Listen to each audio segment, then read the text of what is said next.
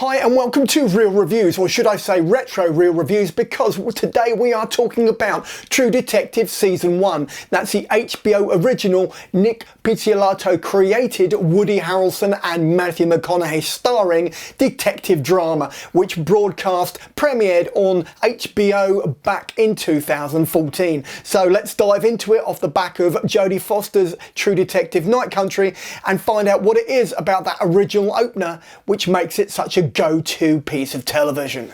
So this is where it all started, and for me, what makes True Detective Season 1 such a high watermark in terms of the series franchise as a whole is the fact that McConaughey and Harrelson are on absolute fire as Rust Cohle and Marty Hart. Now, there is so much depth and so much character and so much complexity in the performances which go on in this opener that pretty much everything that's followed thereafter pales into insignificance. Yes, you've got some A-list actors which have taken on seasons 2 and 3, and obviously it's got an incredibly high profile back with Jodie Foster headlining that 4th season. But with the original True Detective, with McConaughey coming off the back of Dallas Buyers Club, Magic Mike, Mud, and before we hit the echelons, the high water of Interstellar with Christopher Nolan, this is just a resurgence like no actor has experienced for many a moon, if I can be so quaint. The thing that keeps it going, the thing that drives it forward is that quality of writing which comes through in terms of the Nic Pizzolatto, the writer and creator.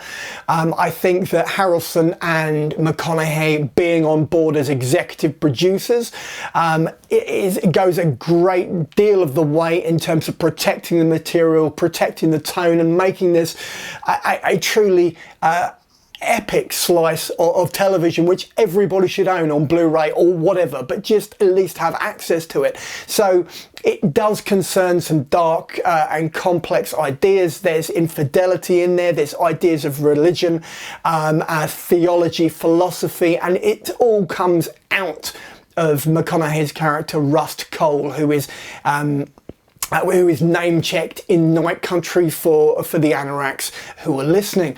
What I want to do now is dive into a little bit more about what it is about that original slice of True Detective which makes it worth the investment.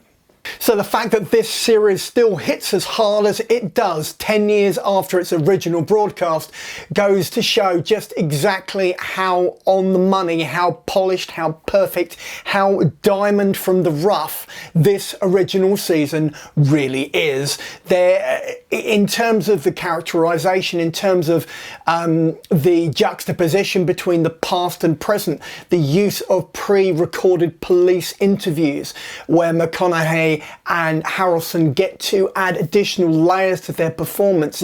There's nowhere to hide within the range of the camera. It feels very found footage. There is a tremendous amount of economy and honesty in the performances.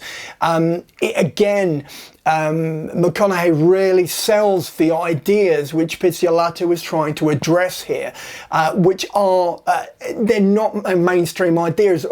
At least back in 2014, they certainly weren't as prevalent as they are now. This is brave and bold television. This is what HBO.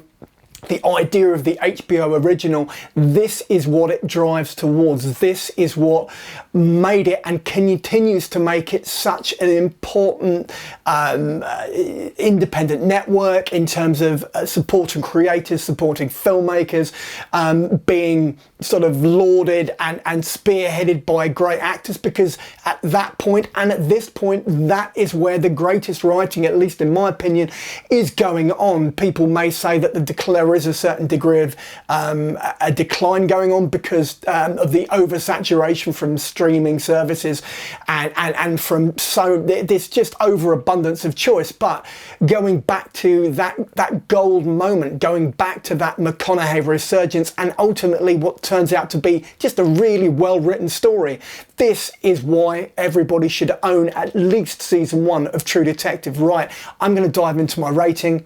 You know what it's going to be. And so my retro review rating for True Detective Season 1 is a 5 out of 5 on the big old 5 scale. Why? Because 10 years on, it still slaps. Why? Because 10 years after, those performances still hit you on a gut level and it still lands like a sucker punch to the chin. Yeah, that is exactly why this is getting, again I'm going to say it, a 5 out of 5 on the big old 5 scale. Right, let's dive into that trailer and see what's coming next. And so it is, you've reached the end of the video review, or retro video review, for True Detective Season 1. This is the bit where I go. If you've liked the video, you can always give me a thumbs up. Failing that, just drop a comment in the comment box below.